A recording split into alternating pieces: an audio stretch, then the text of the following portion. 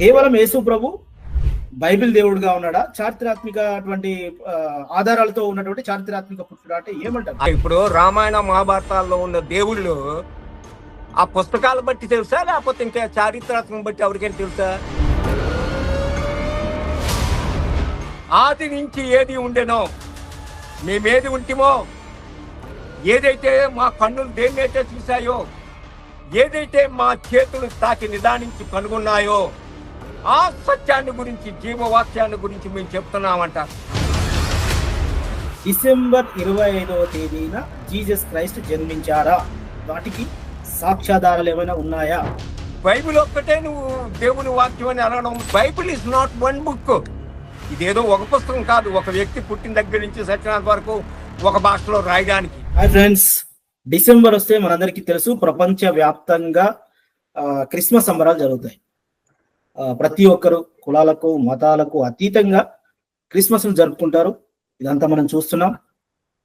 ఇంత సందడిలో డిసెంబర్లో ఇప్పుడు వస్తున్నటువంటి ఒక ప్రశ్న ఏంటంటే, అటు క్రైస్తవ్యం మీద, అదేవిధంగా క్రైస్తవ్యాన్ని వ్యతిరేకించే వాళ్ళు వేస్తున్నటువంటి ప్రశ్న మీద మనం ఈరోజు చర్చ కొనసాగుతుంది. దానికి మనకు ఇంటర్నేషనల్ స్పీకర్, బైబిల్ స్కాలర్, అదేవిధంగా కమాండోస్ కి ట్రైనింగ్ ఇచ్చేటువంటి నిపుణుడు, దాదాపు 50-60 దేశాలు తిరిగినటువంటి వ్యక్తి, ఇజ్రాయెల్ ను అత్యధిక సార్లు సందర్శించినటువంటి వ్యక్తి, అక్కడ ఉన్నటువంటి పరిస్థితులు కావచ్చు, భౌగోళిక సంగతులు కావచ్చు, చారిత్రాత్మక అంశాల మీద పట్టున్నటువంటి వ్యక్తి డాక్టర్ శౌరిబాబు గారు ఇప్పుడు మనతో ఉన్నారు.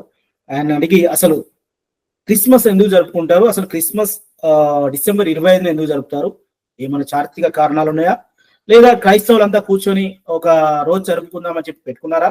ఎందుకంటే ఇలాంటివన్నీ కూడా బయట మనకు చర్చ జరుగుతున్న నేపథ్యంలో ఇప్పుడు ఆయన మనం తెలుసుకుందాం. వెల్కమ్ టు ఏబీపీ దేశం శౌరిబాబు గారు. నమస్కారం అండి. మా తరపున మీకు ముందుగా అడ్వాన్స్ క్రిస్మస్ శుభాకాంక్షలు. అరే, thank you very much, wishing you the same. అయితే నా మొదటి ప్రశ్న ఏంటంటే, సూటిగా అడుగుతారా, నేను ఇంకెక్కువ ఉపోద్ఘాతం లేకుండా. డిసెంబర్ 25వ తేదీన జీసస్ క్రైస్ట్ జన్మించారా? వాటికి సాక్ష్యాధారాలు ఏమైనా ఉన్నాయా? దాని గురించి ప్రశ్న బయట ఎవరైతే క్రైస్తవ్యాన్ని వ్యతిరేకిస్తున్నారో వాళ్ళ నుంచి వస్తున్నాయి. అదే విధంగా పాస్టర్లు కూడా చాలా మంది డిసెంబర్ లో పుట్టుండవచ్చు తప్ప కాలమానం గురించి సరిగా చెప్పలేము అనేటువంటి ప్రసంగాలు కూడా నేను యూట్యూబ్ లో కానీ బయట కానీ విన్నాను. మీరేమంటారు? యాక్చువల్ గా చాలా మంచి ప్రశ్న అండి. ఈ రోజుల్లోన ఒక నాన్ క్రిస్టియన్సే కాదు, క్రిస్టియన్స్ లో అనేక మంది పాపం తెలుసో తెలియకో దీన్ని ప్రశ్న చేస్తారు. డిసెంబర్ 25ని యేసు ప్రభు పుట్టారా, నిజంగానా, దానికి ఎవిడెన్స్ ఏంటి అని అడుగుతారు. ఇప్పుడు యాక్చువల్ గా మనం ఈ ప్రశ్నకి సమాధానాలు చెప్పాలంటే మస్ట్ గో లిటిల్ డీప్ అండి. ప్రజెంట్ మన పరిశుద్ధ బైబిల్ గ్రంథం ఈరోజు చదువుతున్నది 66 కాననికల్ బుక్స్ అండి. అంటే 39 old testament books, 27 new testament books. వీటికి యేసు ప్రభు ఈ లోకానికి వచ్చినప్పుడు ఆ టైంకే, అంటే 2000 సంవత్సరాల క్రితమే, 2024 సంవత్సరాల క్రితమే జూదులకి ఇది అఫీషియల్ క్యానన్, ఈ 39 పుస్తకాలు అన్నివి. వీళ్ళు ఈ 39 పుస్తకాల్లో ఉన్నవే దేవుని వాక్యం అని నమ్ముతారు. ఇప్పుడు క్రిస్టియానిటీ వచ్చేసరికి, క్రిస్టియానిటీ వచ్చింది రోమన్ సామ్రాజ్యం ఏలుతున్న టైంలోన. యేసు ప్రభుని సెన్సస్ అంటే, ఇప్పుడు మనకి ఎక్కడంటే హిస్టారికల్ డాక్యుమెంట్స్ ఎన్నో కనబడతాయి, చెప్తాను. ఈవెన్ బిబ్లికల్ డాక్యుమెంట్స్ లోన 4 సువార్తలు రాసిన వాళ్ళు మనం చూసినట్టయితే అందులో ఇద్దరే యేసు ప్రభు యొక్క డైరెక్ట్ శిష్యులు.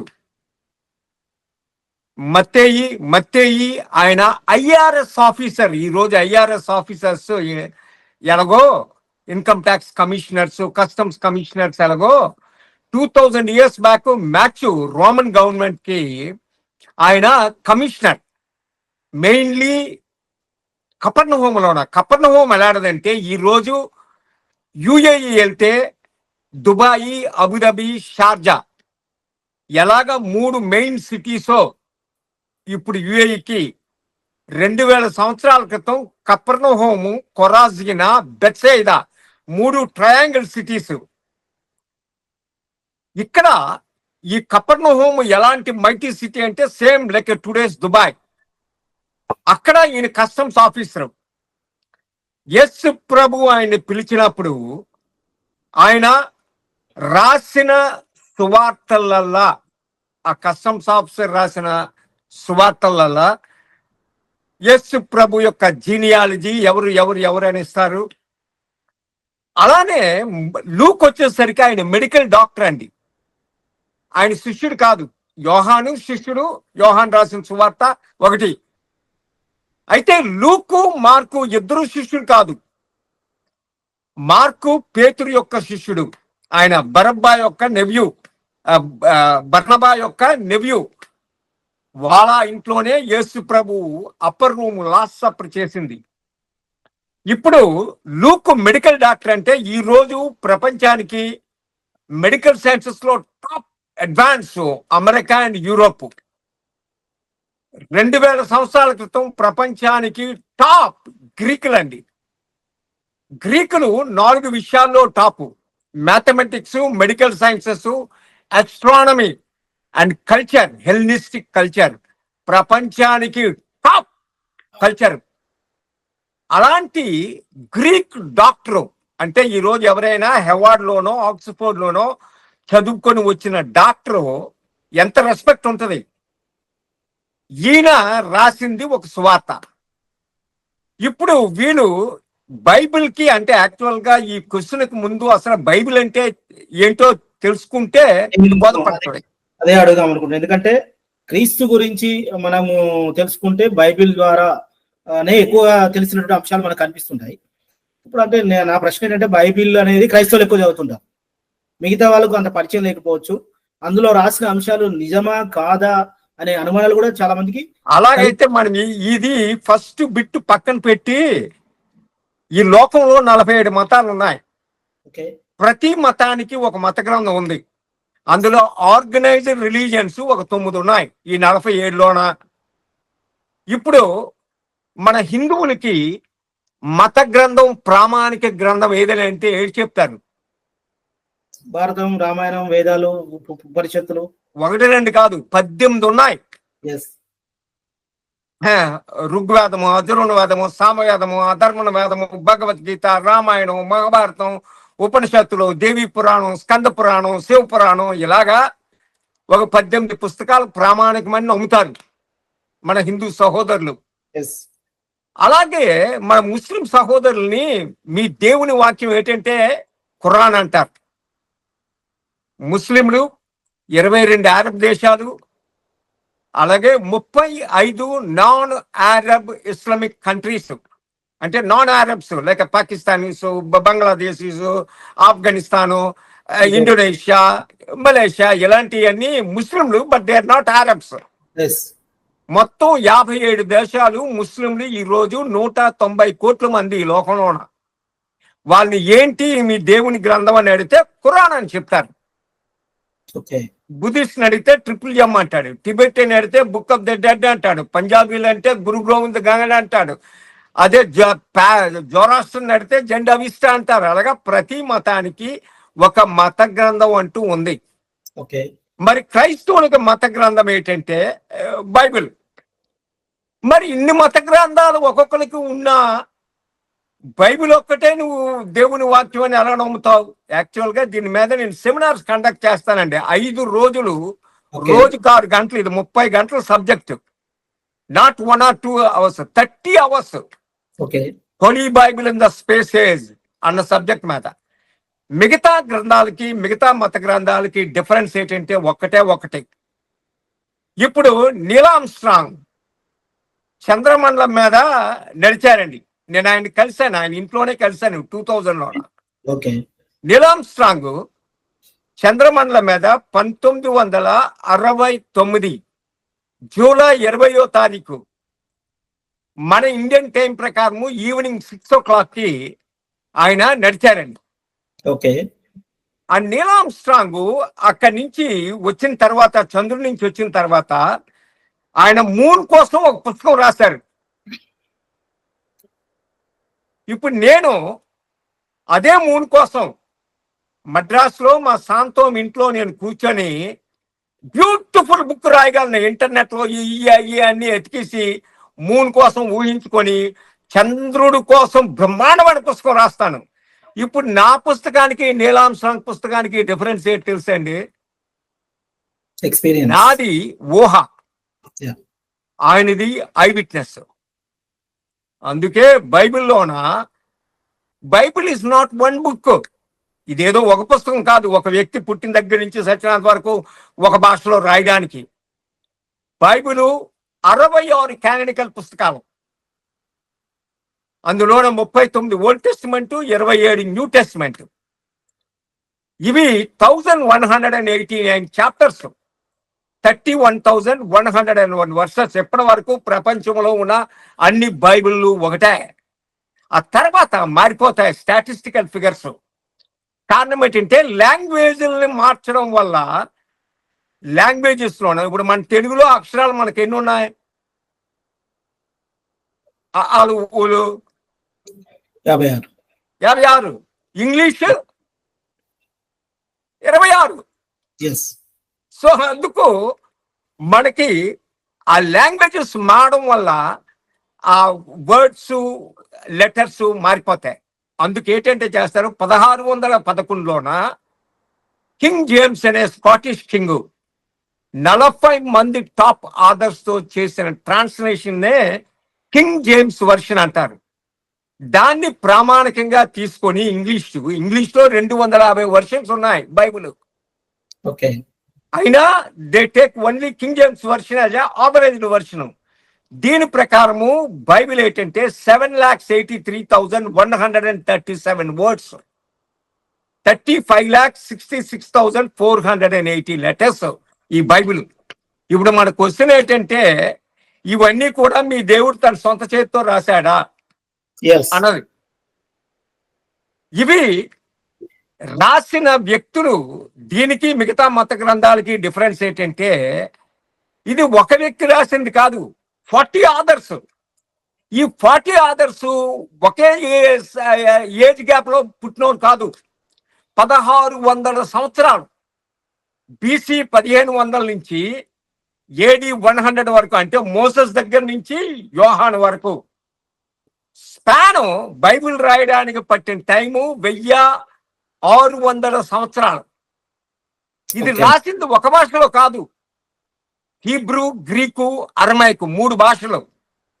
దీన్ని రాసిన ఆథర్స్ ఒక దేశానికి చెందిన వాళ్ళు కాదు, వీళ్ళు 10 దేశానికి చెందిన వాళ్ళు.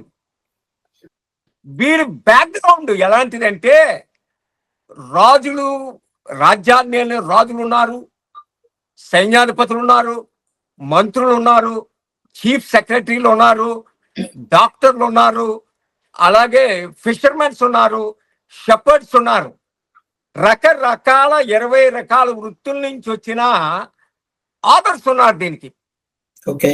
అయితే వీళ్ళలో గొప్పతనం ఏంటంటే, వీళ్ళు ఏదైతే చూసారో, ఏదైతే విన్నారో, ఏదైతే నిదానించి తాకి చూసారో వాటినే రాశారు తప్ప ఊహించి రాసింది కాదు. మీరు జర్నలిస్టులు, ఎక్కడైనా ఒక యాక్సిడెంట్ అవుతుంది, తక్కువని మీరు వెళ్ళి ఆ ఫొటోస్ తీసి అక్కడ యాక్సిడెంట్ కోసం ఉండుతున్నట్టు రాస్తారు. మీరు రాసింది ఐ విట్నెస్, ఎక్కడో కూర్చొని రాసిన కాకన్ బుల్ స్టోరీ కాదు.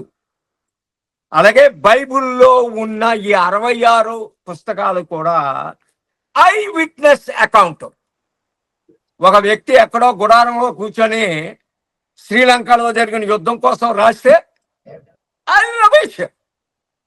ఎక్కడెక్కడో జరిగిన, ఆయన పుట్టక ముందు, పుట్టిన తర్వాత మనుషుల్ని చూడలేని వాళ్ళు ఎక్కడెక్కడో ఉన్నాయని ఒకడే రాస్తాడు. ఏ మత గ్రంథాలకైనా ఆధార్లు ఒకలే, కానీ బైబిల్కి 40 మంది ఆధార్లు. అందుకే పేతురు ఏం చెప్తారంటే, 2 పేతురు సిమిలారిటీ ఏంటండి? ఇప్పుడు మీరు ఒక్కరు రాసినది కరెక్ట్ అంటారా, ఇది ఇంతమంది కూర్చొని రాసినది కలగూర గంపలాగా ఉంటుంది కదా అనేటువంటి ప్రశ్న కూడా వస్తుంది. కలగూర గంప కాదు ఇది, ఒక్కొక్క సెంచరీలో ఒక్కొక్క కాలం. ఇప్పుడు మీరు ఉన్నారు హైదరాబాద్ రా, హైదరాబాద్ లో జరిగిన దానికోసం మద్రాసులో నేను కూర్చొని రాయలేను.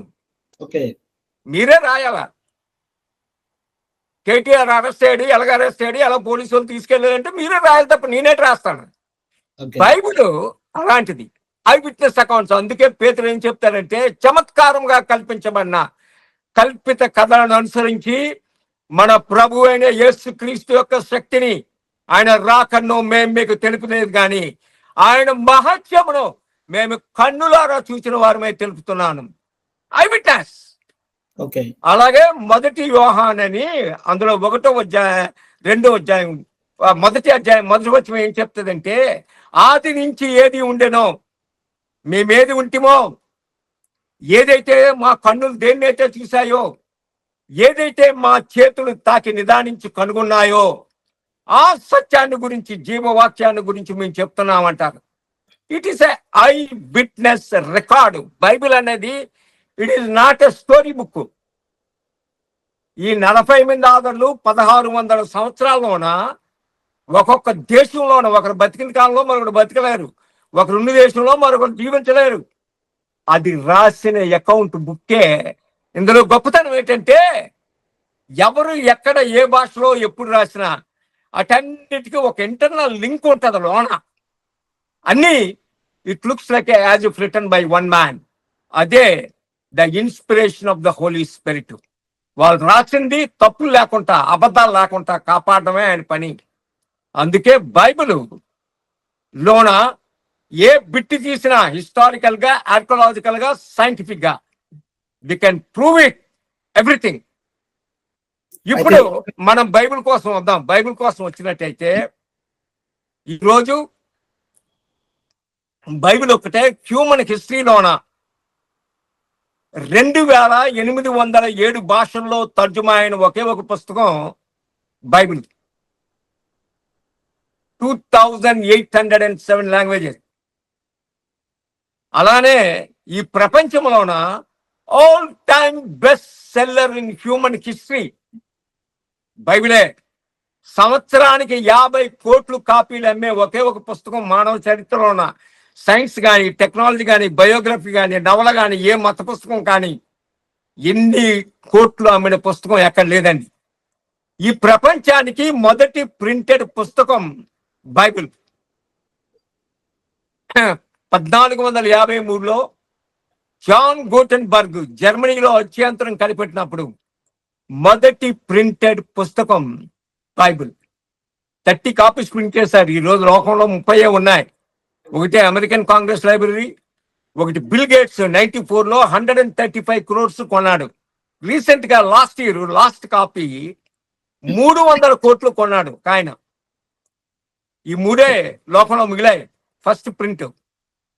ఇప్పుడు ఓ సింపుల్ బైబిల్ ఈరోజు హ్యూమన్ హిస్టరీలో ఈ మోడర్న్ అడ్వాన్సెస్ మనం ఏది చూసినా, పిల్లి దగ్గర నుంచి సెటిలైట్ల వరకు, అంటే మనం చూసే ఫ్యాన్ చూడొచ్చు, లైట్ చూడొచ్చు, మొబైల్ చూడొచ్చు, వాచ్ చూడొచ్చు, కార్ చూడొచ్చు, ప్లేన్ చూడొచ్చు, ఏది తీసుకున్నా మీ కళ్ళతో చూసింది లోకంలో ఏ వస్తువు అయినా 99% ఇన్వెంటర్స్ అంతా బైబిల్ బిలీవర్సే. ఈ ప్రపంచానికి ఉన్న 920 నోబెల్ ప్రైజుల్లోన 800కు పైన ఉన్న నోబెల్ ప్రైజులు పొందిన వ్యక్తులంతా ఈ బైబిల్ని నమ్మినోలే. అలాగే ఈ ప్రపంచానికి సూపర్ పవర్ దేశాలన్నీ కూడా ఈ బైబిల్ నమ్మినోలే. ఇప్పుడు ఈ ప్రపంచంలోన 193 దేశాలు ఉన్నాయి United nations members. 2 observer states, Vatican ఒకటి, పాలస్తీనా ఒకటి. ఇప్పుడు ఈ 193 దేశాల్లోన మన హిందూ దేశం ఒకటే. హిందూ దేశం నేపాల్ ఇంకా ఉండేది నాలో 10 సంవత్సరాల క్రితమే. వాళ్ళు they said we're not Hindu country అని దే రెనౌన్స్డ్. వాళ్ళు communist country, they are pro China. ఇప్పుడు హిందూ దేశం ఒకటి. ఇస్లామిక్ దేశాలు 57, 22 అరబ్ దేశాలు, 35 non Arab Islamic countries. Christian దేశాలు 123, జూయిష్ కంట్రీ 1. అంటే దాని అర్థం ఏంటంటే 193 దేశాల్లోన బుద్ధిస్ట్ కంట్రీస్ 7, కమ్యూనిస్ట్ కంట్రీస్ 3, ఇందులోన 180 దేశాలు ఓన్లీ బైబిల్ నమ్మిన దేశాలు. ఇప్పుడు రామాయణ మహాభారతాల్లో ఉన్న దేవుళ్ళు ఆ పుస్తకాలు బట్టి తెలుసా, లేకపోతే ఇంకా చారిత్రాత్మకం బట్టి ఎవరికైనా తెలుసా? రాజ్యాంగం ప్రకారం మన భారతదేశం సెక్యులర్ దేశమే తప్ప హిందూ దేశం కాదు. మీరు ఒక సీనియర్ స్కాలర్ గా లేకపోతే ఇండియన్ గా అంగీకరిస్తారా భారతదేశం హిందూ దేశం? భారతదేశం 100% సెక్యులర్ డెమోక్రటిక్ కంట్రీ అని కాన్స్టిట్యూషన్ చెప్తారు మనకి. మన కాన్స్టిట్యూషన్ లో ఎక్కడ ఇది హిందూ దేశము, దీని నేషనల్ దేశం యొక్క మతం హిందూ మతం అని ఎక్కడ చెప్పలేదే మనకి. ఇందులో భారతదేశంలో 9 మతాలు నమ్మిన వ్యక్తులు ఉన్నారు, ఒకళ్ళిద్దరు కాదు, 9 రిలీజియన్స్.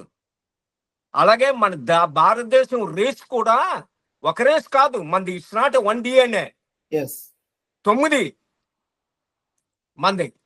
సో అందుకు ఇది భిన్నత్వంలో ఏకత్వం అని మొదటి నుంచి మన వాళ్ళు చెప్పింది అదే. మన ఐక్యత ఏంటంటే భిన్నత్వంలో ఏకత్వం అని. ఈ మధ్య ఇవన్నీ రాకపోయి ఇవన్నీ డిఫరెంట్ ఇదని దీంతో ఇదన్నీ డిఫరెంట్ కానీ కాన్స్టిట్యూషన్ నాశనం చేయడానికి అన్ని చేస్తారు. కానీ జనరల్ గా కాన్స్టిట్యూషన్ ప్రకారం సెక్యులర్ అండ్ డెమోక్రటిక్ కంట్రీ. ప్రతి ఒక్కరూ వారి విశ్వాసాన్ని నమ్మొచ్చు, ప్రాపగేట్ చేసుకోవచ్చు. ఆర్టికల్ 25 ప్రకారం 19 నుంచి 25 వరకు మనకిచ్చిన స్వాతంత్రం ఏంటంటే మన విశ్వాసం, ఏ విశ్వాసం చెంత నువ్వు దాన్ని ప్రాపగేట్ చేసుకోవచ్చు.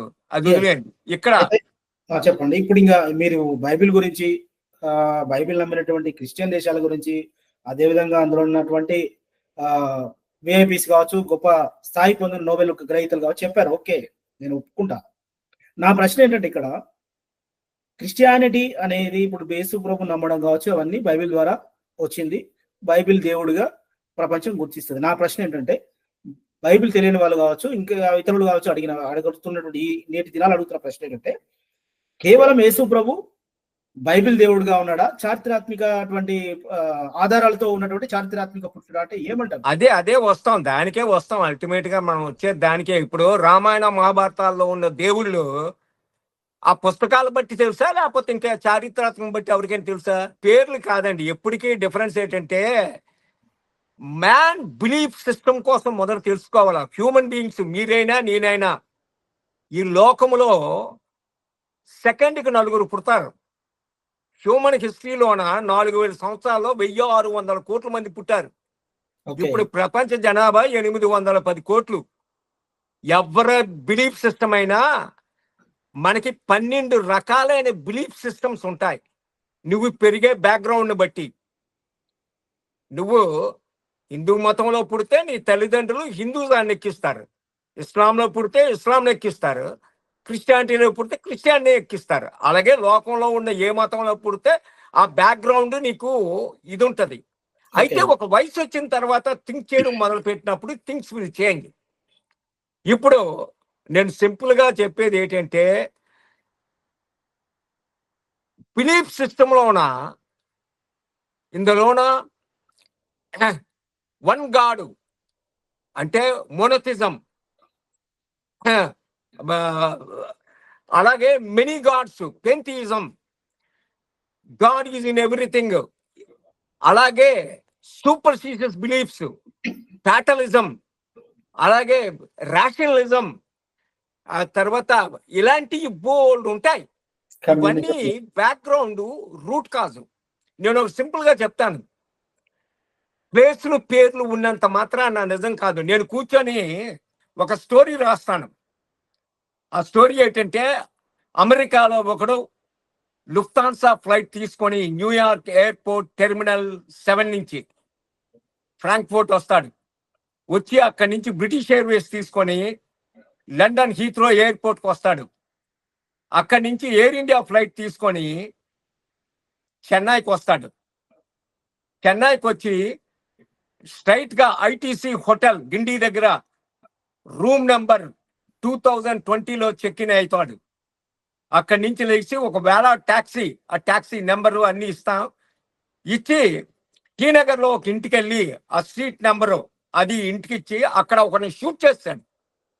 షూట్ చేసి వెంటనే చెన్నై సెంట్రల్ స్టేషన్కి వచ్చి హైదరాబాద్ ఎక్స్ప్రెస్ పట్టుకొని ఏసీ కోచ్ సోన్సో కూపేలో కూర్చొని సోన్సో నెంబర్లో కూర్చొని హైదరాబాద్ వెళ్ళాడు. ఇవన్నీ కరెక్టే, ఇవన్నీ తప్ప. స్టేషన్ల పేర్లు, వ్యక్తుల పేర్లు అన్ని కరెక్టే, కానీ స్టోరీ మట్టుకు కల్పుతాం. ఓకే, మొదపడదా? అర్థమైంది. అందుకు పేర్లన్నీ అక్కడే ఉంటాయి. ఇప్పుడు జనరల్ గా శ్రీలంక అంటే ఈ శ్రీలంక పేరు ఇప్పుడు వచ్చింది.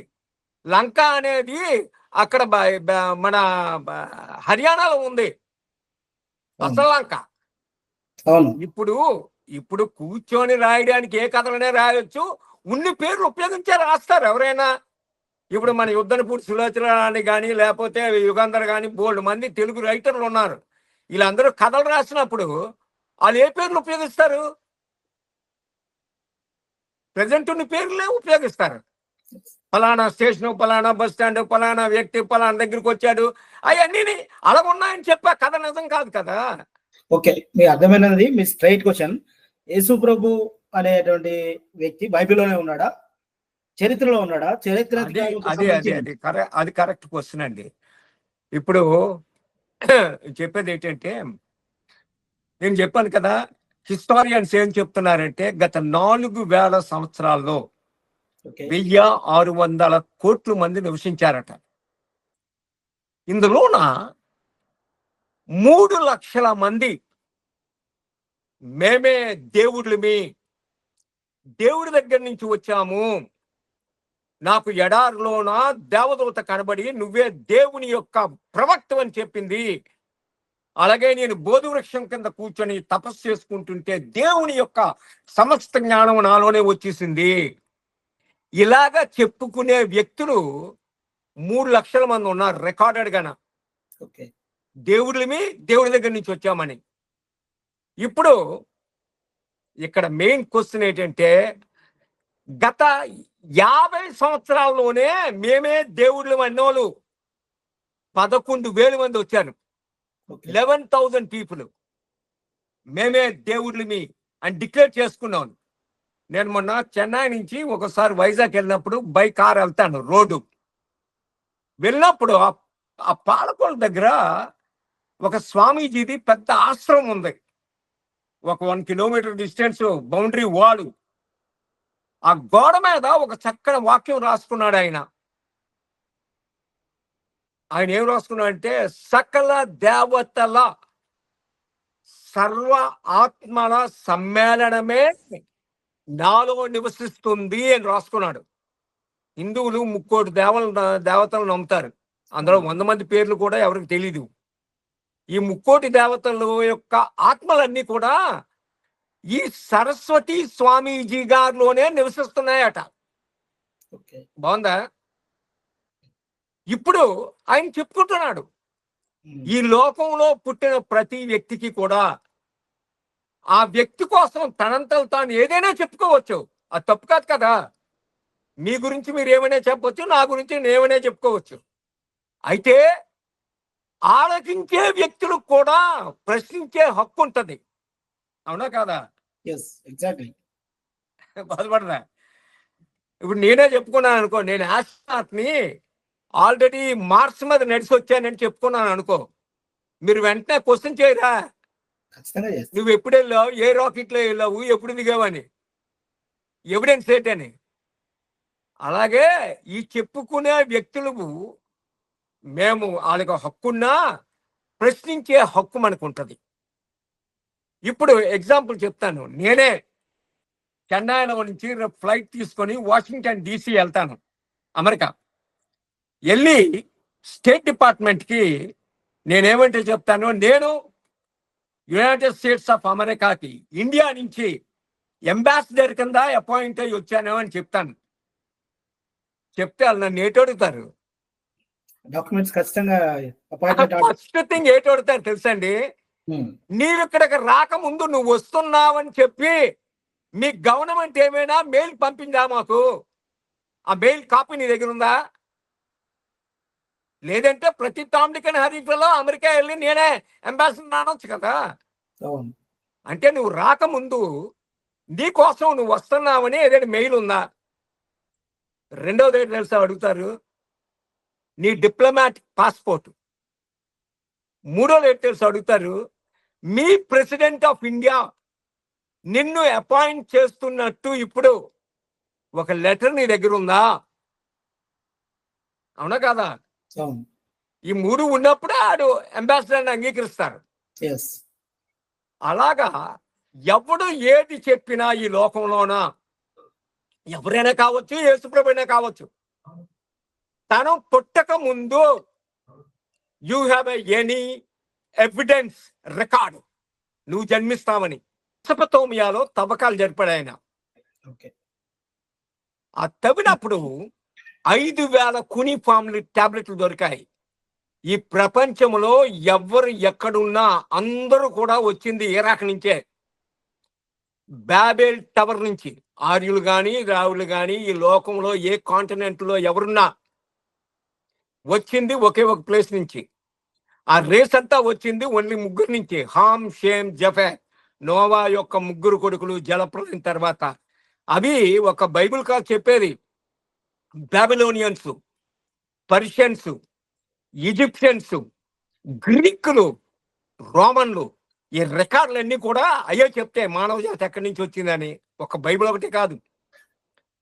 ఇప్పుడు మనం చూసినట్టయితే ఆ కూనిఫామ్ టాబ్లెట్స్ బ్రిటిష్ మ్యూజియంలో ఉన్నాయి. దాన్ని డాక్టర్ మొక్లాన్ తోష్ అని ఆయన ట్రాన్స్లేట్ చేస్తారు. ప్రపంచం షాక్ అయిపోద్ది.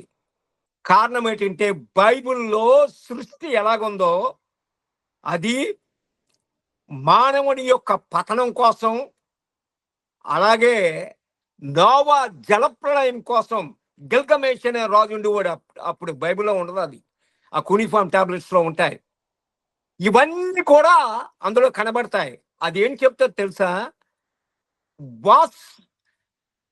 వాసుకి అనే సర్పం కక్కిన విషం దానిని గాని తీసివేయకపోతే లోకం నాశనం పొందుతుందని సృష్టికర్తే కన్య గర్భాన్ని జన్మించి తనకు తాను ఆహుతి చేసుకొని ఈ లోకాన్ని పాపపు నుంచి, దోషాన్ని నుంచి రక్షిస్తారు అని ఆ కూనిఫామ్ టాబ్లెట్లు చెప్తా. ప్రపంచానికి మొదటి రైటింగ్ ఏంటి తెలుసా, కూనిఫామ్. రెండవది ఈజిప్షియన్ హైరోగ్రఫీ. మూడో ఓల్డెస్ట్ లాంగ్వేజ్ ఏంటి తెలుసండి, సంస్కృతం కాదండి, తమిళ్. అవును. Oldest language. సంస్కృతానికి లిపి కూడా లేనట్టుంది.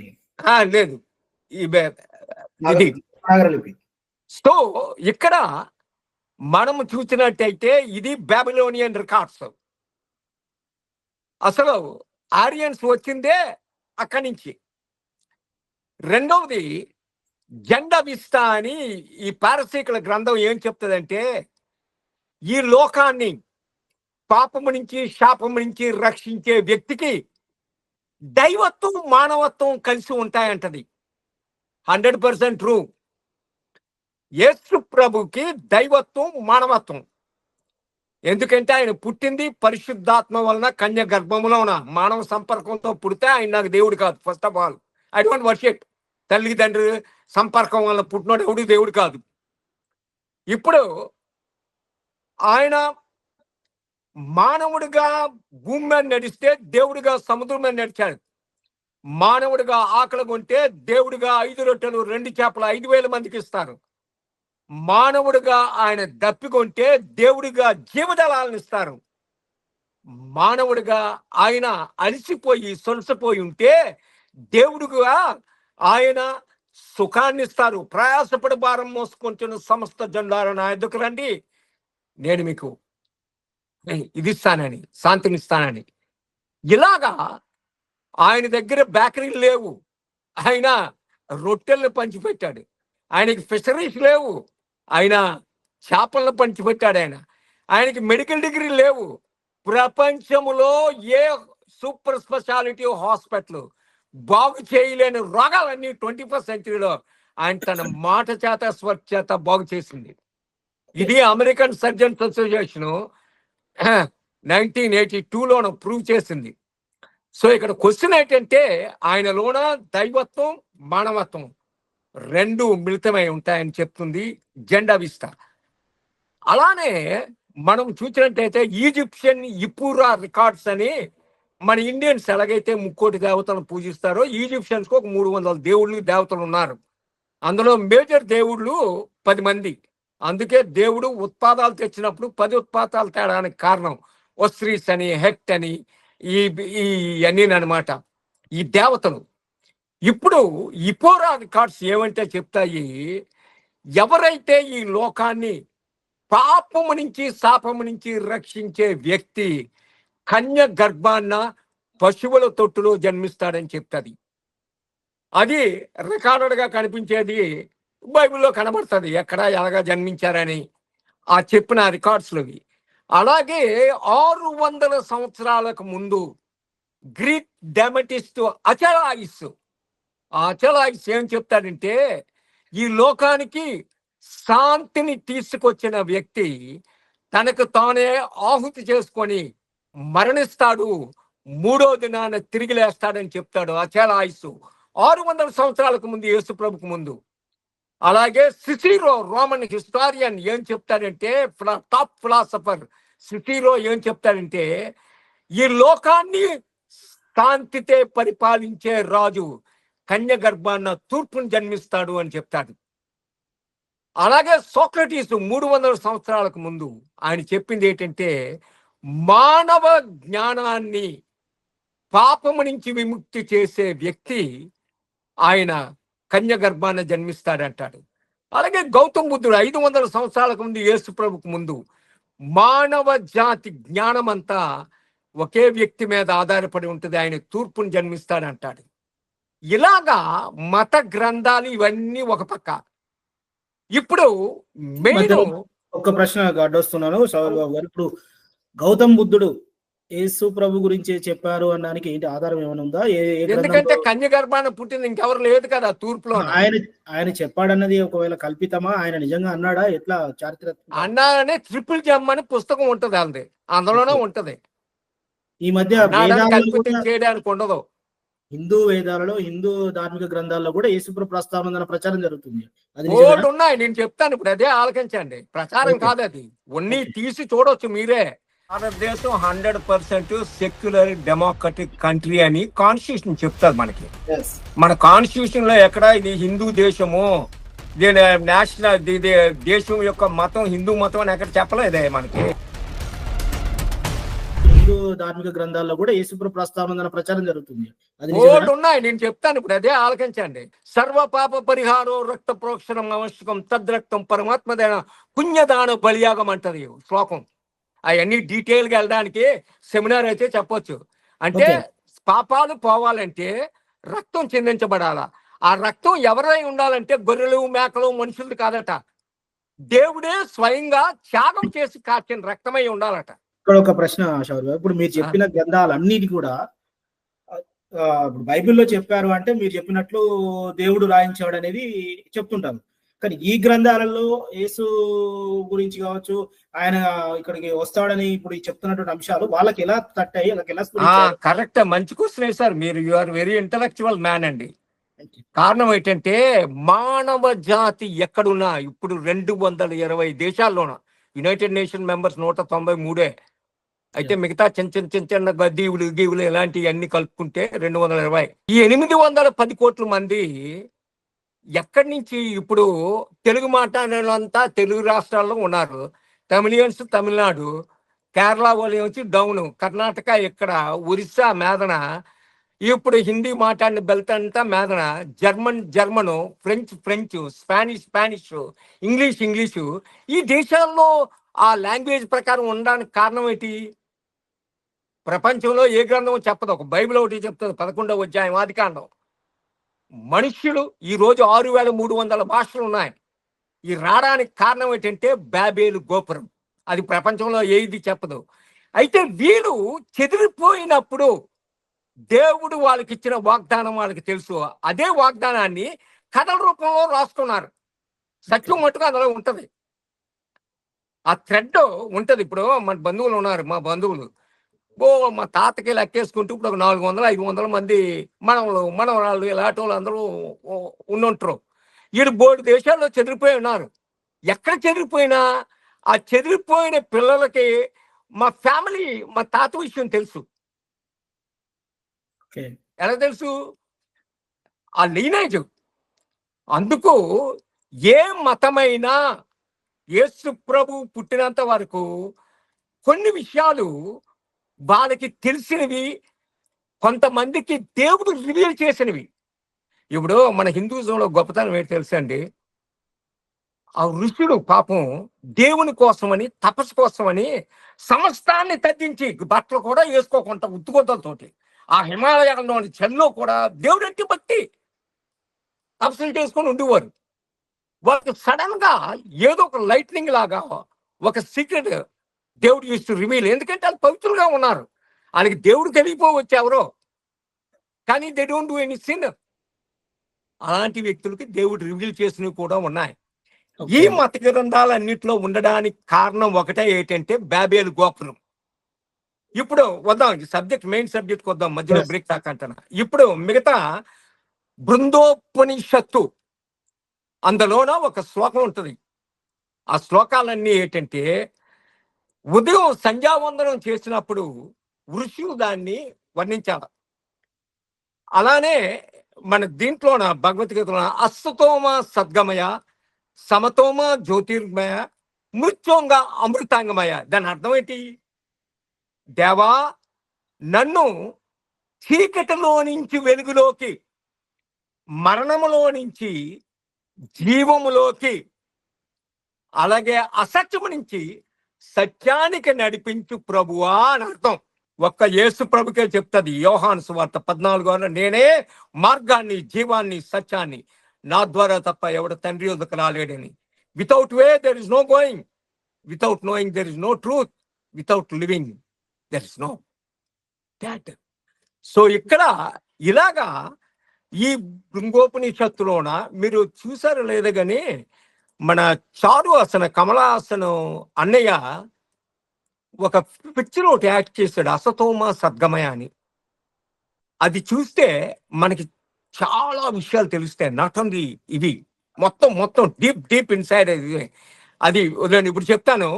ఇప్పుడు ఇందులోన తెల్లవారులేసి ఋషులు సంధ్యావందనం చేసింది నీళ్లు తీసుకొని సూర్యుడికి మీదకి ఇస్తారు.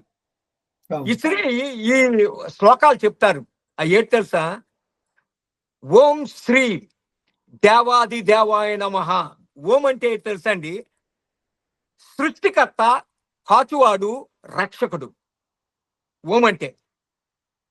ఇక్కడ ఓం శ్రీ దేవాది దేవాయ నమః, దేవుళ్ళకు దేవుడైన దేవా నీకే స్తోత్రం అంటది. ఓం శ్రీ పవిత్ర దేవాయ నమః, పవిత్రుడైన దేవా నీకే స్తోత్రం అంటది. ఓం శ్రీ సర్వలోకాధిపాయ నమః, సర్వలోకానికి అధిపతివైన దేవా నీకే స్తోత్రం అంటది అని. ఓం శ్రీ కన్యసుతాయ నమః, కన్య గర్భాన జన్మించిన దేవా నీకే స్తోత్రం అంటది. ఓం శ్రీ అగ్నేశ్వరాయ నమః, అగ్ని రూపముగా వచ్చిన దేవా. అందుకే అపోస్తుల మీదకి 120 మంది మీదకి పరిశుద్ధాత్మ దేవుడు అగ్ని నాలుకల రూపం మీద వచ్చింది. క్రిస్టియానిటీ ఎస్టాబ్లిష్ అయింది అక్కడే. ఈ శ్లోకం చెప్పేది అదే, ఓం శ్రీ అగ్నేశ్వరాయ నమః అంటది అని. ఓం శ్రీ ఉమద్ధాయ నమః అంటది. అంటే మానవ సంపర్కం మీద కాదు గాని పరిశుద్ధాత్మ వల్ల జన్మించిన దేవా నీకే స్తోత్రం అంటది అని. ఓం శ్రీ వృక్షశూల అరుదాయ నమః అంటే మ్రాను లాంటి స్థూలము మీద వేలాడిన దేవా నీకే స్తోత్రం. ఇది దశావతారంలో ఎవరికైనా చెంచది. ఓం శ్రీ పంచగాయాయ నమః, 5 గాయాలు కలిగిన దేవా నీకే స్తోత్రం అంటది. అలాగే 3 మేకుల మీద వేలాడిన దేవా నీకే స్తోత్రం అంటది. అలాగే శిరస్సు మీద ముళ్ళ కంపను ధరించి 7 గాయాలు కలిగిన దేవా నీకే స్తోత్రం అంటది. అని ఇంకోటి ఏమంట తెలుసండి, ఓం శ్రీ అజాముఖాయ నమః అంటది. ఇది చాలా షాక్ అయిపోతాం మనం. అజాముఖాయ నమః అంటే గొర్రె పిల్ల లాంటి ముఖమును కలిగిన దేవా నీకే స్తోత్రం అంటది. మన హిందూజంలో అండి అన్ని రూపాల్లోనూ దేవుళ్ళు ఉన్నారండి. కుక్క భైరవుడు ఉన్నాడు, గద్ద రూపంలో ఉన్నాడు గరుడ, అలాగే పాము రూపంలో ఉన్నాడు దేవుడు, అలానే కోతి రూపంలో దేవుడు ఉన్నాడు మనకి, ఏనుగు రూపంలో దేవుడు ఉన్నాడు, అలాగే అన్ని రూపాల్లోనూ దేవుళ్ళు ఉన్నారండి. అయితే ఇప్పటికొచ్చి హిందూజంలోన గొర్రె పిల్ల ముఖములో దేవుడు లేడండి. అయితే ఈ శ్లోకం ఏం చెప్తుంది తెలుసండి, ఓం శ్రీ అజాముఖాయ నమః, గొర్రె పిల్ల లాంటి ముఖము కలిగిన దేవా నీకే స్తోత్రం. అందుకే యేసు ప్రభు బాప్టిజం తీసుకోవడానికి రివర్ జోర్డాన్కి వచ్చినప్పుడు Yohanu, behold the lamb of God who takes అంటు himself the sins of the world అంటారు. ఇదిగో లోక పాపాలను మోసుకొని పోవు దేవుని గొర్రె పిల్ల అంటారు ఆయన్ని. అలాగే ఇదేమంట తెలుసండి, ఓం శ్రీ దక్షిణామూర్తాయ నమః, తండ్రి కుడి పార్శ్వాన కూర్చున్న దేవా నీకే స్తోత్రం అంటది. తండ్రి కుడి పార్శ్వాన. మన హిందూ దేవుళ్ళకి ఎప్పుడే అండి కొడుకులు కూతుర్లు ఎప్పుడు కుడి పార్శ్వాన కూర్చోరు, దేవుళ్ళకి భార్యలే కూర్చుంటారు. అయితే ఈ శ్లోకం ఏం చెప్తుందంటే తండ్రి కుడి పార్శ్వాన కూర్చున్న. అందుకే యేసు ప్రభు ఆయన పరలోకానికి ఆరోహణమైన తర్వాత స్టీఫెన్ రాళ్ళతో కొట్టినప్పుడు ఆయన చూసేది తండ్రి కుడి పార్శ్వాన ఆయన నిలబడడం చూస్తాడు స్టీఫెన్. అలాగే అని ఓం శ్రీ దరిద్ర నారాయణ మహా అంటది. దారిద్రవ్యములో జన్మించిన దేవా నీకే స్తోత్రం అంటది. ఇదేంటి తెలుసండి, మీకు తెలుసో తెలుసు, పరవస్తు చెన్నై శాస్త్రి గారని మన హైదరాబాద్ లో ఉన్నారు. ఆయన పరవస్తు వంశం ఇది. ఆయన పూరి జగన్నాథ మఠంలో చదువుకున్న ఆయన ఒక్క శ్లోకంతో ఆయన మారిపోయింది. ఎందుకంటే ఈ లోకాన్ని పాపం నుంచి రక్షించే వ్యక్తి కన్యగర్భమున పశువుల పాకలో జన్మిస్తాడని, ఆయన దారిద్రవ్యంలో జన్మించాడని చెప్తుందండి. ఇది అసతోమ సర్గమయ సమతోమ జ్యోతిర్మయ మృత్యుంగ అమృతాంగమయ.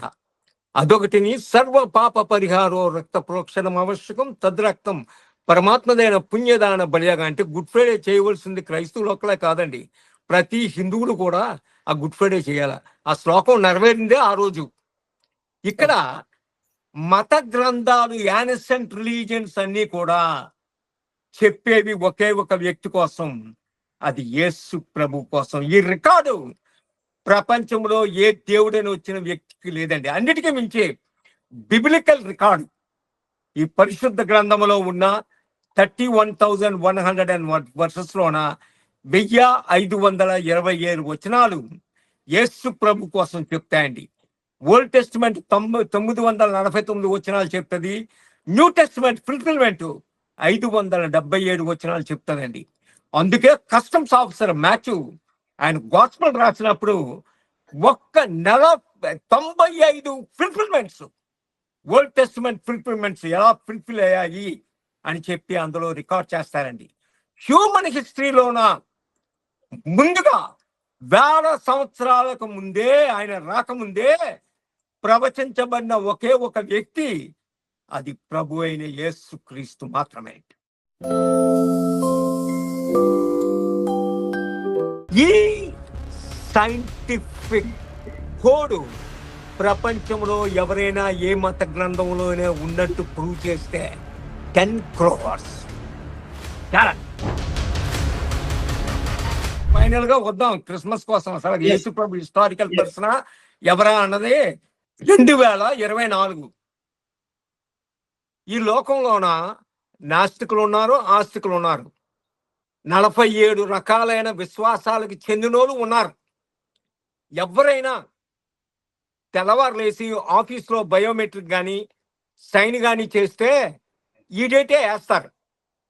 ఈవెన్ ఇస్లామిక్ క్యాలెండరు 57 దేశాల్లో 190 కోట్ల మంది ముస్లింలు హిజ్రా అల్ హిజ్రా అది ఫాలో అయినా అవి ఆ డేట్ వేయరు. ఈవెన్ సౌదీ అరేబియాలోనైనా ఎక్కడైనా ఒక చెక్ డ్రా చేయాలన్నా లేదా ఒక అఫీషియల్ డాక్యుమెంట్ ఇది చేయాలన్నా వేసే డేట్ ఇదే. దాని అర్థం ఏంటంటే మనం నమ్మినా నమ్మకపోయినా, నువ్వు హిందువుడు అవ్వు, ముస్లిం అవ్వు, జోరాస్ట్రన్ అవ్వు, నువ్వు ఏమవ్వు, ఎవరైనా తెల్లవారు లేచి క్యాలెండర్ చూసావంటే అర్థం ఏంటంటే యేసు ప్రభు ఈ లోకానికి కన్య గర్భాన మానవుడు జన్మించి బెత్లెహేములోన 2024 సంవత్సరాల 12 నెలల 21 రోజులు అయిందని అర్థం అండి. అది కాదని ఎవరైనా అనగలరా? మొదటి ఇంకోటి చెప్తాను. ఇప్పుడు యేసు ప్రభు కోసం మిగతా హిస్టారియన్స్ ఏం రాశారు అన్నది చూడాలంటే ఈరోజు ప్రపంచానికి సూపర్ పవర్ దేశం ఏంటండి? అమెరికా అని చెప్తారు. ఆ రోజుల్లోన 2000 సంవత్సరాల క్రితం ప్రపంచానికి సూపర్ పవర్ ఏంటి తెలుసండి? రోమ్.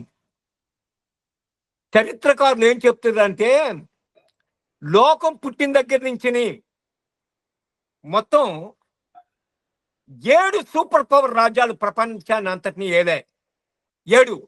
ఫస్ట్ మెసపతోమియా, నిమ్రోజ్ టైంలో బాబెల్ టవర్ కట్టింది ఆయనే. ఇప్పుడు దుబాయ్లోన ఒక 20 సంవత్సరాల క్రితం బుర్జ్ ఖలీఫా కట్టారు, ప్రపంచానికి హైయెస్ట్ టవర్. అయితే 1000 సంవత్సరాలకు ముందే నిమ్రోజ్ టైంలోన ఇరాక్ బాబిలోన్లోన మల్టీ టవర్ కట్టాడు. ఇప్పుడు ఆ రూయిన్స్ కూడా మనం చూడవచ్చు. బాగ్దాద్ నుంచి 70 కిలోమీటర్స్ సౌత్ వెళ్తే అక్కడే బాబెల్ టవర్ కట్టింది, భాషలు మారింది, అంతా అక్కడే. యేసు ప్రభు ఇప్పుడు మనకి ఏడి BC అంటే anno Domini in the year of the Lord. Yesu ప్రభు పుట్టిన తర్వాత AD after his death, resurrection, calculation. BC before his Christ. ప్రపంచానికి ఇప్పుడు ప్రామాణికం ఇదే. ఓకే. యేసు ప్రభు ఉన్నప్పుడు మరి ప్రామాణికంగా ఉన్న క్యాలెండర్ ఏంటి? ఏ క్యాలెండర్ ప్రకారం ఆయన ఎప్పుడు పుట్టారు అన్నది 99% క్రైస్తవులకి తెలియదు, నాన్ క్రిస్టియన్స్ కి తెలియదు. ఏదో గూగుల్లో ఏదో ఎతుకుతుంటారు ఇప్పుడు అయినా అన్ని కరెక్ట్ కాదు. గూగుల్లో చెప్పినాయని బోల్డ్ తప్పులు. సో ఇక్కడ నేను చెప్పింది ఏంటంటే యేసు ప్రభు పుట్టింది AUC అంటే రోమ్లోన అప్ ఊర్బే కొందితా అంటే రోము పట్టణ నిర్మాణ అనంతరము యేసు ప్రభు పుట్టింది 754వ సంవత్సరం ఇతాని 15వ తారీఖున. దాన్ని తిబిట్ 10 అని కూడా అంటారు ఆ క్యాలిక్యులేషన్లోన. ఇప్పుడు ఇది గ్రెగోరియన్ క్యాలెండర్కి వచ్చేసరికి, ఎందుకంటే జూయిష్ కి 13 నెలలు ఉంటాయి, 12 నెలలు కాదు, అది లూనార్ క్యాలెండర్. మనది solar calendar, very accurate calendar మనది. మనకి డే మారేది అర్ధరాత్రి 12 గంటలకి. లూనార్ క్యాలెండర్ ఫాలో అయిన వాళ్ళకి డే మారేది సన్సెట్ సాయంత్రం 6 గంటలకి. ఇప్పుడు యేసు ప్రభు జన్మించింది AUC అబూర్బే కొందితా 754 ఇతాని 15వ తారీఖున ఆయన జన్మించారని. అది గ్రెగోరియన్ క్యాలెండర్కి వచ్చేసరికి మనకి AD డిసెంబరు 25. ఇప్పుడు మనకి లూకా సువార్త ఏం చెప్తుందంటే 2nd చాప్టర్లోన ఆయన్ని 8వ దినాన్న స్పిరిట్ చేయడానికి తీసుకెళ్తారు యెరూషలేము దేవాలయంకి, జూయిష్ ఆచారం ప్రకారం. ఇప్పుడు ప్రపంచానికి అతిపెద్ద కాంప్లెక్స్, మానవ చేతులతో నిర్మించిన కాంప్లెక్స్ ఏంటి తెలుసండి ప్రపంచానికి? అమెరికాలోన సియాటిల్లోన బోయింగ్ అసెంబ్లీ ప్లాంట్. బోయింగ్ ప్లేన్లు ఎక్కడైతే తయారవుతాయో అసెంబ్లీ ప్లాంట్ మానవ చేతులతో కట్టిన బిగ్గెస్ట్ కాంప్లెక్స్. హైయెస్ట్ బిల్డింగ్ బర్జ్ ఖలీఫా, అది దుబాయ్లోది, హైట్ ఆఫ్ ద బిల్డింగ్ అది. ఇది అలా కాదు, హ్యూజ్ కాంప్లెక్స్. 2000 సంవత్సరాల క్రితం ప్రపంచానికి అతిపెద్ద కాంప్లెక్స్ టెంపుల్ ఆఫ్ జెరూసలేం. 1925లోన American society of architectures Yerushalemu దేవాలయాన్ని ఎస్టిమేట్ చేశారు ఎంత కాస్ట్ అని. చేస్తే యేసు ప్రభు కాలంలో ఉన్న దేవాలయాన్ని $1 trillion అని చెప్పారు. 1 trillion అంటే ఒకటి తర్వాత 12 సున్నాలు పెట్టాల. ఇప్పుడు ఇండియన్ రూపీస్లో కావాలనుకుంటే 88 తర్వాత 12 సున్నాలు పెట్టాల. 1 ట్రిలియన్ కౌంట్ చేయడానికి సెకండ్ డాలర్ బిల్ ఎవడైనా లెగ్గడితే 1 ట్రిలియన్ కౌంట్ చేయడానికి 35,000 సంవత్సరాలు కావాలా? ఎవడు బతుకుతాడు? అంత మోస్ట్ ఎక్స్పెన్సివ్ టెంపుల్ అది యెరూషలేము దేవాలయం. అక్కడ సున్నతి చేయడానికి తీసుకెళ్ళినప్పుడు ఆయన పేరు అందులో ఎన్రోల్ అవుతుంది. యేసు అని పేరు పెట్టింది అప్పుడే. యేసు అంటే అభిషక్తుడు. Happy new year, happy new year అని గంతేసి డాన్స్లు వేసేస్తారు. ఏంటి హ్యాపీ న్యూ ఇయర్?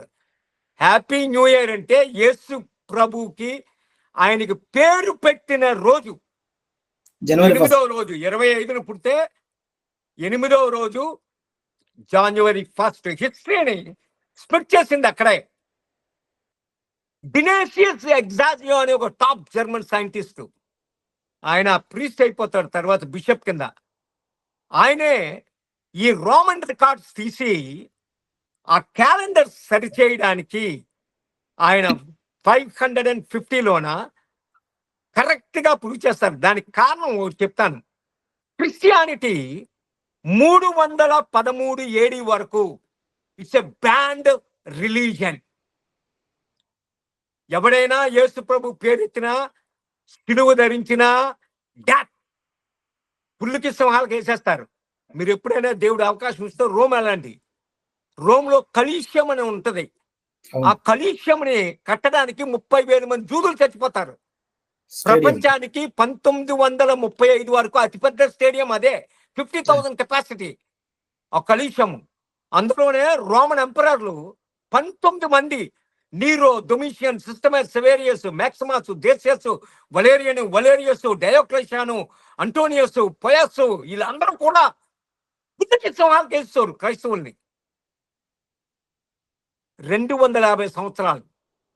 అయితే క్రైస్తవుడు ఈ బాధలు భరించలేక ప్రార్థన చేసుకోవడానికని రోముకు 10 కిలోమీటర్ల దూరంలో వెళ్ళి సొరంగాలు తవ్విసి అక్కడ ప్రార్థనలు చేసుకునేవారు. నేను 66 క్యాటకోమ్స్ ఉంటాయి.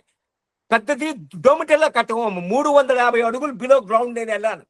అక్కడి నుంచి ఇటాలియన్ గవర్నమెంట్ క్లోజ్ చేస్తుంది, ఎందుకంటే ఎవరైనా మిస్ అయితే కనుక్కోలేమని. అందులోన 20 లక్షల సమాధులు ఉంటాయి ఒకటే కట్టకోంలోన, పులికి సమాధులు తినేసినవి. అలాంటి రిలీజను క్రిస్టియానిటీ. అందుకే తెర్తులియస్ అనే రోమన్ హిస్టారియన్ ఏం చెప్తారు తెలుసా? ఒక క్రైస్తవుని నరికితే ఎన్ని డ్రాప్స్ అయితే బ్లడ్ కింద పడుతుందో అన్ని వేల మంది క్రైస్తవులు లేచిపోతున్నారు సింగిల్ డేకి. 28,400 డ్రాప్స్ పడుతుంది మనలో ఉన్న బ్లడ్ 6 లీటర్లు ఉంటే. ఇది నోబడి కెన్ స్టాప్. ఎంపరర్లు పెర్సిక్యూట్ చేస్తే ఎంపరర్ భార్య కూతుర్లు క్రైస్తవులు అయిపోతాండ్రు. అందుకు ఎప్పుడైతే రోమ్ అంతా స్ప్రెడ్ అయిపోయిందో, రోమన్ రాజ్యం అంతా క్రైస్తవులు 313లో మిలానా ఫెడిక్ట్ అని కాన్స్టంటైన్ మొట్టమొదట ఎడిక్ట్ చేస్తే under ground religion become official religion in 46 countries. అప్పటి నుంచే క్రిస్మస్లు, గుడ్ ఫ్రైడేలు, పునరుత్థానాలు సెలబ్రేట్ చేయడం మొదలుపెట్టారు. ఆ రోజున కొంతమంది ఏమంటారంటే అది సూర్యుని పండుగ, అదే రోజున యేసుప్రభు పండుగ పెట్టిస్తారని. కరెక్టే, అవునే. ఇప్పుడు మా అన్న కొడుకు వినాయక చవితి రోజు పుట్టాడు, అలాగని చెప్పి వినాయకుడు అని పేరు పెడతాను. ఆ రోజుల్లోనూ సూపర్ పవర్ ఏ రోజైనా అవ్వచ్చు. సో అక్కడ యేసు ప్రభు జన్మించింది ఫలానా రోజని ఫిక్స్ చేసి క్రిస్మస్ అనేది సెలబ్రేట్ చేయడం, గుడ్ ఫ్రైడే అనేది సెలబ్రేట్ చేయడం, ఈస్టర్ అనేది సెలబ్రేట్ చేయడం మొదలైంది 313 నుంచి. సో అందుకు ఇది యేసు ప్రభు ఈయన కాటన్ బుల్ స్టోరీస్ లో ఉన్న వ్యక్తి కాదండి, హిస్టారికల్ పర్సన్ ఆయన. ఒక్క నిమిషం శౌరి గారు, యెరూషలేం టెంపుల్లో యేసు ప్రభుకు పేరు పెట్టినటువంటి రికార్డు దొరికింది కాబట్టి డిసెంబర్ 25లో జరుపుకోవాలంటే మీరు చెప్పిన దాన్ని బట్టి 8 days వెనక్కి వేసుకొని ఆ రోజు ఫిక్స్ చేశారు, అంతేనా? తెప్పించినటువంటి అతను మీరు చెప్పినటువంటి డినేషియస్ ఎగ్జాజియో అతనికి దొరికింది. వాటికన్ ఆర్చివ్స్ లో ఉన్నాయండి అవన్నీ. ఇప్పటికీ ఉన్నాయా? ఎప్పటికీ Vatican is the world's biggest top library, Vatican library. ఎప్పుడైనా జీవితంలో వెళ్తే వాటికన్ ఎంట్రన్స్ గేట్ చూడడానికే 1 గంట పడుతుందండి. ఎందుకంటే ఈ 19 మంది రోమన్ ఎంపరర్లు 250 సంవత్సరాలు ఎలాంటి టైప్ ఆఫ్ పనిష్మెంట్లు క్రీస్తువుని చంపడానికి చూడడానికే. వాటికన్ లో అడుగు పెడితే స్వర్గం ఇదేమో అనిపించేస్తుంది. అవన్నీ వాటికన్ సిస్టైన్ చాపల్ కానీ, వాటికన్ లైబ్రరీ కానీ, వాటికన్ మ్యూజియంలు ఇవన్నీ టాప్. క్రిస్టియన్ యొక్క టోటల్ ఎవిడెన్స్ అంతా అక్కడ దొరుకుతుంది. ఓకే, ఫైనల్ గా మీరు కంక్లూజన్ కి వచ్చే ముందు డిసెంబర్ 25న యేసు ప్రభు పుట్టాడు అనేది మాత్రం వాస్తవం అంటారు మీరు? ఇప్పుడు అది కానీ తప్పైతే మీ డేట్ ఆఫ్ బర్త్, నా డేట్ ఆఫ్ బర్త్ రెండు తప్పే. మన బర్త్ సర్టిఫికెట్లు అన్ని పారేసుకోవాలా. ఇప్పుడు భారతదేశానికి స్వాతంత్రం ఎప్పుడు వచ్చింది? 1947 1947 ఆగస్టు 15. తప్పైపోద్ది. మహాత్మా గాంధీని గాడ్సే నాయక్ ఎప్పుడు చంపాడంటే 30 జనవరి 1948 అంటే తప్పైపోద్ది. గౌతమ్ బుద్ధుడు ఎప్పుడు పుట్టాడంటే తప్పైపోద్ది. అశోకుడు ఎప్పుడు రూల్ చేశాడంటే తప్పైపోద్ది. అలెగ్జాండర్ ఎప్పుడు చచ్చిపోయాడన్నా తప్పైపోద్ది. అన్ని తప్పైపోతాయి. హిస్టరీ అంతా తప్పే. డేట్లు డిసెంబర్ 25 తప్పైతే చరిత్రలో ప్రతిదీ తప్పే డేటే. ఇది Time magazine, world's leading magazine 94లో ఏం చెప్తా తెలుసా? హ్యూమేకర్ లేవి ఎప్పుడు కొడుతుంది జూపిటర్ని, 6 రోజులు బాగుతుంది. దానికి ముందు బైబిల్లో ఎక్కడ ఇదే ఉంది ఇవన్నీ. ఇది మరీ గ్రేటెస్ట్ షాకింగ్. ఇది గాస్పల్ ట్రూత్, బ్రిటిష్ మ్యాగజైన్స్. ఇది నీలామ్ సాంగ్ ఎప్పుడు తీతాడు, హిట్లర్ ఎప్పుడు సూసైడ్ చేసుకుంటాడు, cracking the God's code, British news పేపర్లు. ఇవేంటంటే ఈ 20th సెంచరీలో 2 గ్రేటెస్ట్ రీసెర్చ్ రైటర్స్ అండి. డాక్టర్ ఇవాన్ పానిన్ అనే రష్యన్ మ్యాథమెటిషియన్, జూ, పాప ఆయన బోనాగైన క్రిస్టియన్. ఆ రోజుల్లో కంప్యూటర్ లేవు. ఆయన 40 సంవత్సరాలు not 50 tons of paper use చేశాడండి క్యాలిక్యులేషన్స్ కోసం. క్యాలిక్యులేటర్ లేవు ఆ రోజుల్లోన. ఓన్లీ టు ఫైండ్ అవుట్ బైబిల్లో న్యూమరికల్ డిజైన్ ఉంది, అది కనుక్కోవాలని. అది ఎలాగుంది? ఆయన 1901లోన ఆయన అమెరికాకి ఇమిగ్రేట్ అయిపోయిన తర్వాత హెవార్డ్ యూనివర్సిటీలో మ్యాథమెటిషియన్ ఆయన ఒక ఛాలెంజ్ చేశాడు. నేను కనుగొన్న ఈ కోడ్, ఈ డిజైన్ తప్పనంటే $1 million. ఇప్పటి వరకు 1901లో చేసింది 124 సంవత్సరాలు అయిపోయినా ఎవరు దాన్ని క్లెయిమ్ చేయలేదు. What is the code in the Bible అని హీబ్రూ యూనివర్సిటీ ప్రొఫెసర్ ఎలియాహు రిప్స్ అని ఆయన 1978లోనో హీ షుక్ ద వరల్డ్. ఎలాగా కోడ్ ఉంది? ఈవెంట్స్, ఈ ప్రపంచంలో జరుగుతున్న ఈవెంట్స్ అన్ని ఎలా జరుగుతున్నాయి ఇవన్నీ దాని మీదే ఒక అమెరికన్ ఆథర్ మైకిల్ రోసన్ అని బైబిల్ కోడ్ 2 వాల్యూములు తీసుకొచ్చాడు. ఎక్కడెక్కడ మహాత్మా గాంధీని గాడ్సే నాయక్ ఎలా షూట్ చేస్తాడో కూడా ఉంది అందులోన, బైబిల్ కోడ్ లోన. పైకి వచనాలు ఉండవు. ఆ వర్డ్స్ ని ఒక్కొక్కటి అంటే 7 సింపుల్ గా 5 minutes లో చెప్తాను. అది ఏంటంటే, ఇప్పుడు ఆదికాండం ఉంది. ఆదికాండంలో ఉన్న అధ్యాయాలన్నీ కూడా తీసిపారేసి, వచనాలు తీసిపారేసి మొత్తం ఆదికాండాన్ని యాన్సెంట్ డేస్ లో ఎలాగైతే ఉండేదో అలా ఫీడ్ చేశాడు. చేసి దాన్ని 50 లెటర్స్ 1 2 3 4 5 6 7 అలాగా 50 కింద బిట్ కట్ చేశారు. అది కంప్యూటర్స్ తోటే పాసిబుల్, హ్యూమన్ గా మామూలు పాసిబుల్ కాదు. ఇప్పుడు మొత్తం ఆదికాండం అంతా కూడా 50 లెటర్స్ స్క్వేర్ బిట్లు ఇలాగా సపరేట్ అయ్యాయి. ఇప్పుడు ఎలియాహు చేసింది ఏంటంటే, ఆది కాండంలోన in the beginning God created heaven and earth ఉందనుకో, ఆదిలో దేవుడు భూమి ఆకాశములు సృజించెను అన్నది. ఆ ఆది అన్నది 1 తీశాడు. 1 2 3 4 5 6 7 వచనం మళ్ళీ 7వ లెటరు అది తీస్తాడు. మళ్ళీ 14వ లెటరు అది తీస్తాడు. 21వ లెటరు అది తీస్తాడు. 28వ లెటరు అది తీస్తాడు. అలాగా ఎవ్రీ 7th లెటర్ కి ఒక లెటర్ తీసి ఇది జాయిన్ చేసినప్పుడు ఒక ఇన్సిడెంట్ వచ్చేస్తుంది. ఇలాగనమాట. ఈ లెటర్ తీసినప్పుడు ఇవి 7th వర్డ్ ఇలా తీసినప్పుడు అందులో ఏమంటది, ఇస్సాక్ రబీన్ అని వచ్చింది ఒక దగ్గర. అప్పుడు ఇస్సాక్ రబీనే ప్రైమ్ మినిస్టర్. ఇస్సాక్ రబీన్ తర్వాత అదే లెటర్స్ ని క్రాస్ తీయడం మొదలు పెట్టాడు. 1 2 3 4 5 6 7వది, 1 2 3 4 5 6 7వది. అది తీసినప్పుడు అసాసిన్ విల్ అసాసినేట్ అని వచ్చింది. అంటే ఎవరో ఒకడు ఇస్సాక్ రబీన్ ని చంపుతాడు అని వచ్చింది. మళ్ళీ మ్యారేజ్ కిందకి తీసినప్పుడు అమీర్ అని పేరు వచ్చింది ఆడిది. మళ్ళీ ఇటుపక్క నుంచి తీసినప్పుడు జూయిష్ క్యాలెండరు, ఇప్పుడు జూయిష్ క్యాలెండరు 5784 సంవత్సరం జూదుల క్యాలెండర్. మనకి 2024 కదా, జూదులకి 5784 ఇయర్. ఆ జూదుల క్యాలెండర్ ప్రకారం ఆ డేట్ వచ్చింది. వీడికి బతిపోయింది డేట్ రా ఎలాగొస్తుందని. దానికి ఇమ్మీడియట్ గా ఎలియాహు రిప్స్ని అడిగాడు, సార్ ఈ సాఫ్ట్వేర్ నాకు అమ్ముతారా అని అడిగాడు. నేను అమ్మడం ఏంటి, I give you free, you take అని వీడు తీసుకెళ్ళిపోయాడు. ఆ సాఫ్ట్వేర్ని తీసుకెళ్ళిపోయి ఎతకడం మొదలు పెడితే ఇంకో దగ్గర కూడా నిర్గమకాండంలో కూడా ఇస్సాక్ రబీన్ పేరు కనబడుతుంది.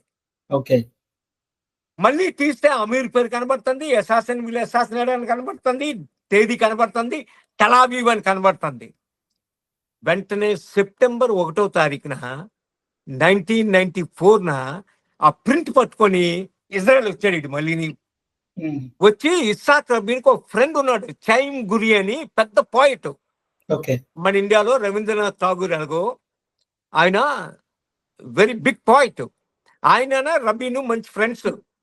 అందుకు ఆయన దగ్గరికి వెళ్ళి ఏం చెప్పాడంటే, చూడండి మీ రబీను ఇలాగ అసాసినేట్ చేసినట్టు మీ బైబిల్లోనే ఉంది, హీబ్రూలోనే ఉంది ఇదంతానా, అందుకే నేను వచ్చాను, దయచేసి ఇది రబీన్ని పాస్ చేసి ఆయన్ని జాగ్రత్తగా ఉండమని చెప్పాడు. చెప్తే ఈ చైమ్ అని ఆయన పోయిట్ వెంటనే ఆ మార్నింగే రబీన్కి వెళ్ళి, చైమ్ గురి ఈయన పేరు, చైమ్ గురి వెళ్ళి ఆ ఇస్సాక్ రబీన్కి ఇస్తే ఇస్సాక్ రబీన్ ఆఫీస్ లో చూసి అట్ రబిష్ అని చెత్తబొట్లు వేసాడు.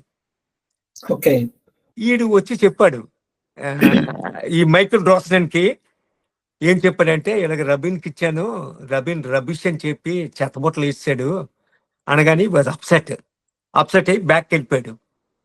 1995 నవంబరు 4వ తారీఖున ఈడు న్యూయార్క్ లో అండర్ గ్రౌండ్ మెట్రోలో ఉన్నాడు.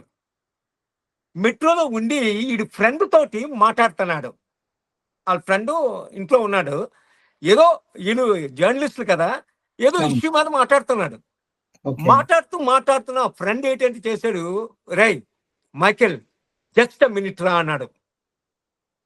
పాజ్ లో ఉంచి ఆడు మాట్లాడలేదు ఉండని ఉంచాడు. ఉంచి ఆడు టీవీ వాచ్ చేస్తాడు.